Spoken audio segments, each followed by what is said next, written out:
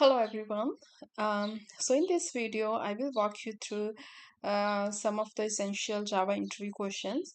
I will show you live examples also in this. And these are the questions that are being asked mostly in every interview. Either it's for fresher level or it's mid to senior level. So this question are some must know. Okay, let's start with this. And before starting, let me show you a question list we're gonna discuss today. Here it's my medium account and I updated question list here. So these are the core Java 4 questions I'm gonna discuss today. Okay, let's start. So what is the difference between HashMap and concurrent HashMap?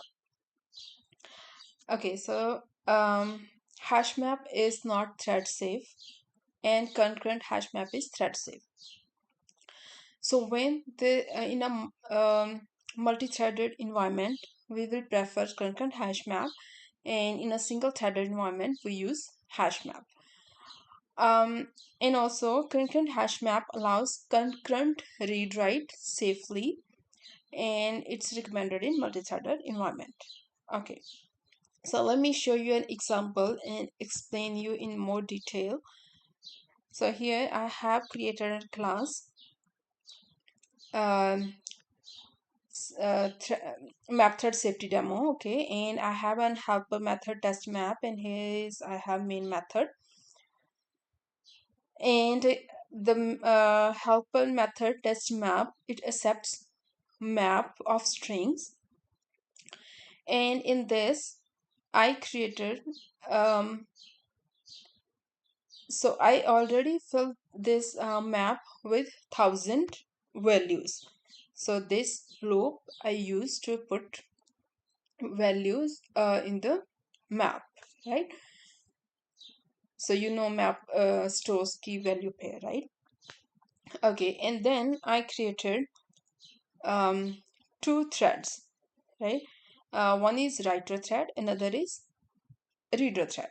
So writer thread is going to write to the map, and at the same time reader thread is going to iterate the map. That means while iterating, it is so iterating while writing is modifying, right? Because both threads are working simultaneously. So in this, it may HashMap in this case may show the concurrent modification exception. Okay, uh, let me run this and we can see the output. All right. For now, it's just showing us map size after threads 2000. And for example, if I'm gonna give it,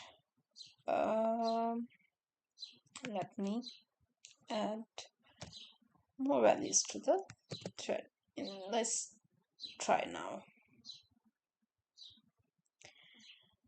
Okay, see here we got concurrent modification exception. Why? Because these threads are working simultaneously. Writer thread is writing to the map and reader thread is iterating.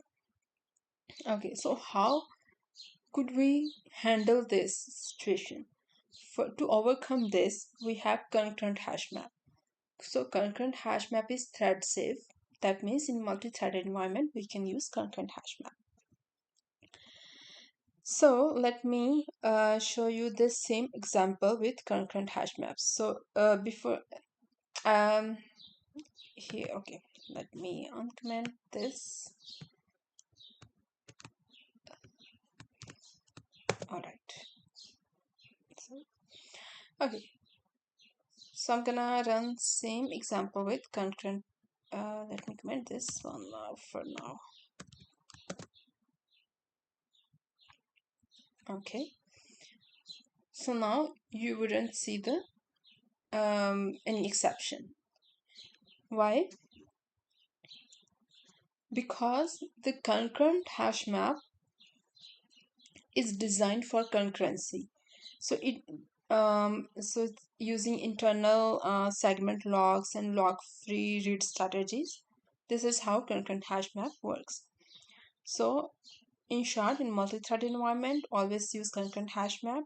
While it's a slightly slower than hash map, because hash map works in single thread environment, right? So that is obviously fast from the concurrent hash map. Concurrent hash map adds the additional overhead of thread safety, because behind the scene it use logs in log free read strategies.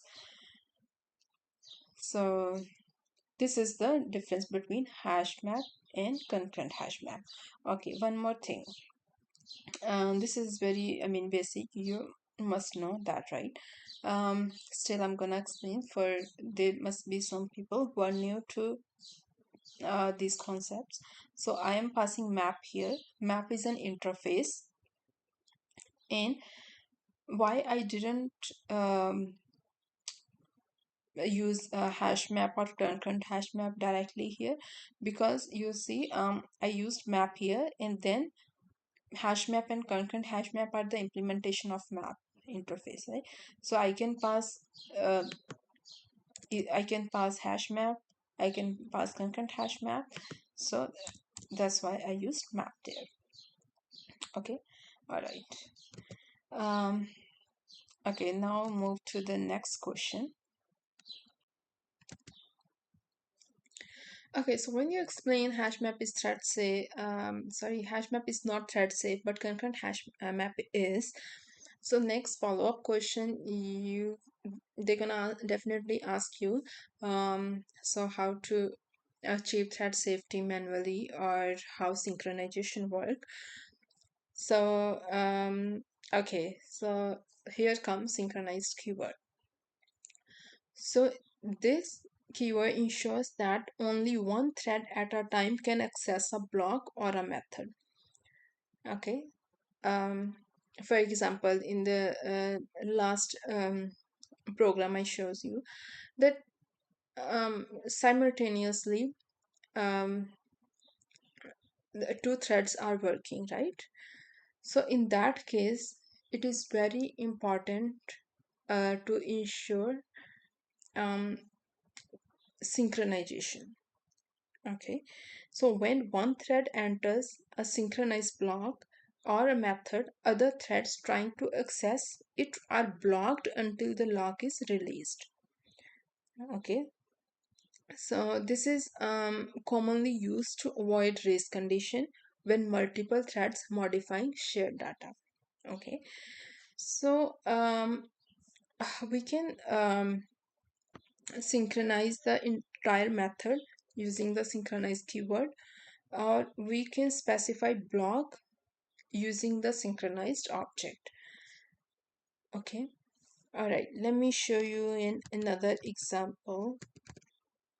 Okay, here I have created example on synchronized keyword. Okay, so here I have a method, synchronized method, increment. Okay, and I have a get counter, and two threads are incrementing this counter at the same time. Okay, and I have this s out that is gonna get the total count of the counter, right?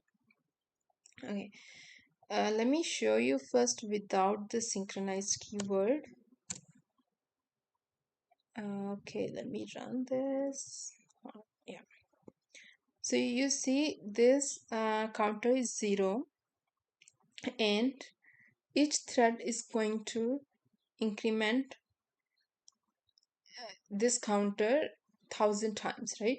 That means total counter should be 2000, but what we get here is 1645. Why this happened? So I removed the synchronized, and what So that means this method is not thread safe. When multiple threads are accessing it, it's not thread safe. So what does it mean? Counter plus plus is actually doing 3 steps. It's not only incrementing the value, it's doing 3 steps. It's read the counter value of current value of the counter, then it does increment, and then write the new value back to memory. Got it? Yeah. So if two threads do the same thing at the same time, like incrementing the same at the same time, then what happened? They can read the same value, right? They're gonna read the same value and increment separately. For example, counter is 1, both read it 1, and they both increment at the same time the value 2, right? So that value could be overwritten, right? So it should be 3. If both two threads are incrementing the same value, that should be 3, right? But in this case, they will overwrite each other's result. Okay, so that's why we got here 1645, right? Okay, let me now show you this same example with the synchronized keyword. See what happens now.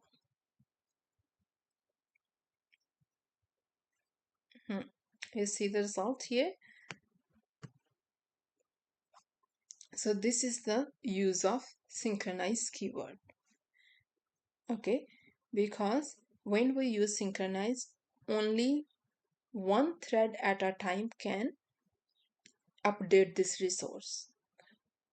Okay, and other thread has, because internally when we put synchronized, internally it's gonna put lock on this method, and when one thread is accessing it, another thread has to wait. Okay, all right. So next question. So all this I have put only 4 questions in this slide, and they all are related to each other. These concepts are related to each other. Okay, now is what is JMM, Java Memory Model? Okay, so this model defines how threads interact through memory. Okay, so we know thread interact with each other, right? As I showed you, when one thread is accessing the lock, another thread has to wait, right? So this is the model that defines the interaction between the threads. So without proper synchronization, one thread's update might not be visible to another thread. That I showed you example without synchronized keyword. Okay, so this can happen because of many reasons, right? It could be a thread cache. Maybe threads are cached locally, right? So threads are reading the values from the non-updated value from the cache, right? Or it could be a JVM optimization memory access, right? There could be few more reasons, right? So okay, so now comes how to ensure the visibility. So when a thread makes an update, how we can ensure the visibility that other threads can get the updated value. So to ensure visibility, we use synchronized, volatile, we use AtomicInteger logs. So these are the few tools we used to ensure the visibility. Okay, so with this, the memory changes by one thread are flushed to the main memory and visible to the others. Okay, next. So in previous answer I mentioned volatile and atomic integer. Now, so this is a common concurrency interview question. What is the difference between volatile and atomic integer? Okay, so atomic only ensure visibility. So when one thread updates a variable, other threads see the latest value. Okay, but it does not guarantee atomicity. What is atomicity? Atomicity means uh, an operation is indivisible. That means it's either happen completely or not at all. So there is no intermediate state visible. Okay. For example, if you remember in previous examples, I show you counter plus plus doesn't only increment the value, it does the three steps, right? It read the counter value, update it, increment it, and then write it to the main memory. So if that process is not completed, right, it wouldn't state wouldn't be updated, right? Sorry, state wouldn't be visible. Okay, so that is what atomicity means, right? Okay, so volatile ensures visibility. So when one thread updates a variable, other threads see the latest value, but it does not guarantee atomicity. Okay, so with counter plus plus, volatile is not safe. Okay, so atomic integer solves that. It ensures that operation like increment and get are atomic, mean they cannot be interrupted midway. Okay, so I can show you an example of this also. Yes, so here count plus plus, right? It's not atomic, right? But if I'm talking, so here I also take the atomic account and I make it atomic integer, right? So this one is thread safe. Okay, let me run and show you output also. See, you can see, so both are used for increment to count plus plus, and this one is also incrementing, but with the increment and get, this method is provided by atomic integer. So here you can see, just give me a moment please.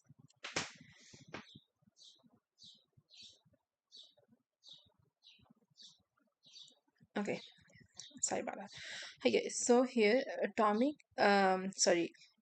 increment and get, so this operation is atomic, right? So that's why if it's gonna run for the 1,000 time, and this every time it's gonna increment, and the output should be 2,000, so it's giving us correct output, but volatile is not giving us the correct output. Okay, all right, so this is all about today. So these 4 questions around HashMap, um, synchronization, memory model, and atomicity are asked in almost every Java backend interview. I hope this live example helped you understand not just the answers, but how to demonstrate them in using the real code examples.